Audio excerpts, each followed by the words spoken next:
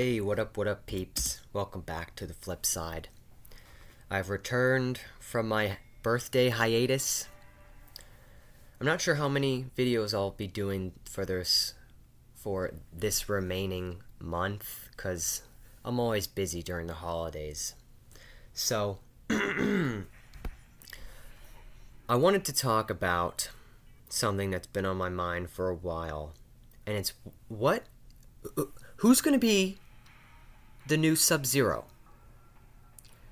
I know Netflix just bought Mortal Kombat, and first of all, I do not foresee another Mortal Kombat game, at least a good one, a solid one, like before Mortal Kombat 11, for a very long time. I'm sorry, Mortal Kombat is cooked right now. Remember in the article, Netflix was like, oh, we weren't even really looking at the gaming division all that much. That's nice to hear. A video game franchise was bought by Netflix, someone who wasn't even really concerned with gaming at all. Fuck you, Netflix. Hey, Warner Bros., fuck you. Alright? They're just going to sell it off to the next person who will just milk the franchise, and then when it starts to die, they'll sell it to somebody else, and the cycle is just going to continue. Perhaps there would have been some hope for Mortal Kombat if MK1 wasn't so god awful. I care less even about the gameplay and just the game in general. I care more about the story, to be honest with you. The story was abysmal. The characters were just destroyed. The story was rushed. The pacing was terrible. They tried to fit three different stories into one game. Of course, they just had to put politics into it, gender bending. Oh my god, dude. Gay stuff. But anyway, that's all I have to say about that. So, the only things that I can think of for Sub-Zero are bad. The only possibilities I can think of besides some random bullshit character being written as Sub-Zero would be Noob Saibot turning back into Sub-Zero, Scorpion turning into Sub-Zero, or becoming both Scorpion and Sub-Zero, or Frost becoming the new Sub-Zero. That's all I can think of. I have no idea. I have no idea what they could possibly do. If we turn Noob Saibot back into Sub-Zero, then who's going to be the new Sub-Zero? Is it going to be Scorpion? I'm sorry, Kuai Liang, so that it sounds better, right? We're going to turn Kuai Liang into Noob Saibot. And they're gonna rationalize it by saying, like, oh, remember when he got turned into Cyber Sub-Zero and Smoke got turned into a Smoke remained human? Or, remember how things changed in MK9? It's like, whatever, okay, I guess, whatever. But the other solution would be, if Bi-Han becomes Sub-Zero again, are they going to turn Frost into Noob Saibot? And the Gooners can have their goth, emo mommy Gooner character? I mean, we can't be serious here.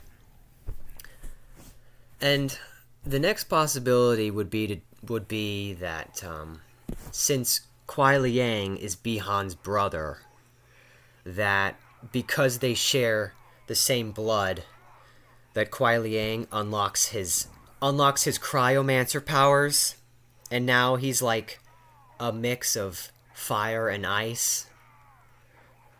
Oh my god. So what are we going to call him? Are we going to call him Scorpion or are we going to call him Sub-Zero?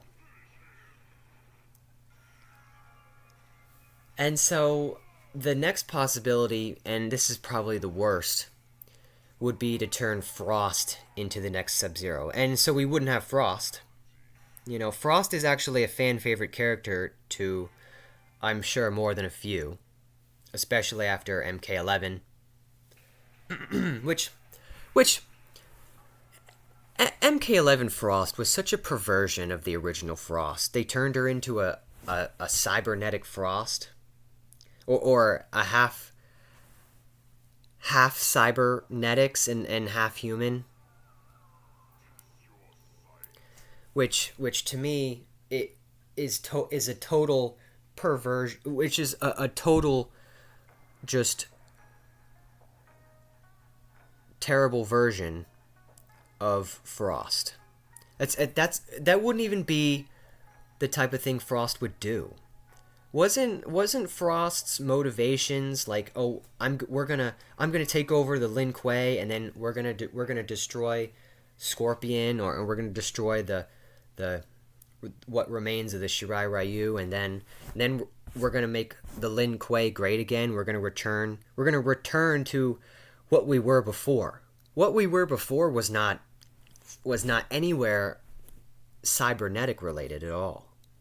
So for Frost to go RoboCop mode was a total perversion of what Frost even stood for, what her character even stood for. So anyway, if they were to turn Frost into the next Sub-Zero, it would probably go like, oh, Frost, has a lot of ambition, and she's gonna be a Mary Sue, or she's gonna be the strong female character that has to make everyone else know that I'm a female and I'm just as strong as Sub-Zero, and I'm gonna carry the name Sub-Zero. Which, so Frost is a good guy now? I thought she was a bad guy, And I only say that because they're probably not going to make it work. Listen, not like how they made Sindel work in MK11. I will praise MK11. This is one of my only praises for MK11 was that the way they turned Sindel into a bad guy, or into a bad guy again, was great. I loved the way that they did it. The twist actually made sense. So, anyway.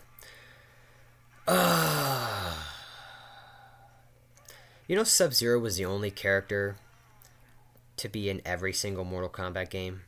Well, every single mainline game. Not Special Forces. But, so, yeah, those are my thoughts on what MK12 might do with Sub-Zero. And it's going to be bad. It's going to be bad, and I have no hope for Mortal Kombat right now. All we have to do as a community is just appreciate the absolute perfection of what we had, and which is Mortal Kombat Deadly Alliance. Deadly Alliance and most of the 3D era, regardless of all the bad parts, most of the 3D era stuff was great. And, we can always play MKX. MKX was good, and if we can find some way to play MK9 again, if Digital Eclipse saves the Legacy Collection, which they're not going to, it's too late. It's too late. Digital Eclipse didn't fix Legacy Collection in time, and now the hype is over. And because nobody wanted to play a half-assed game, a half-assed fucking release. They couldn't get the fucking connection right the first time. It's over.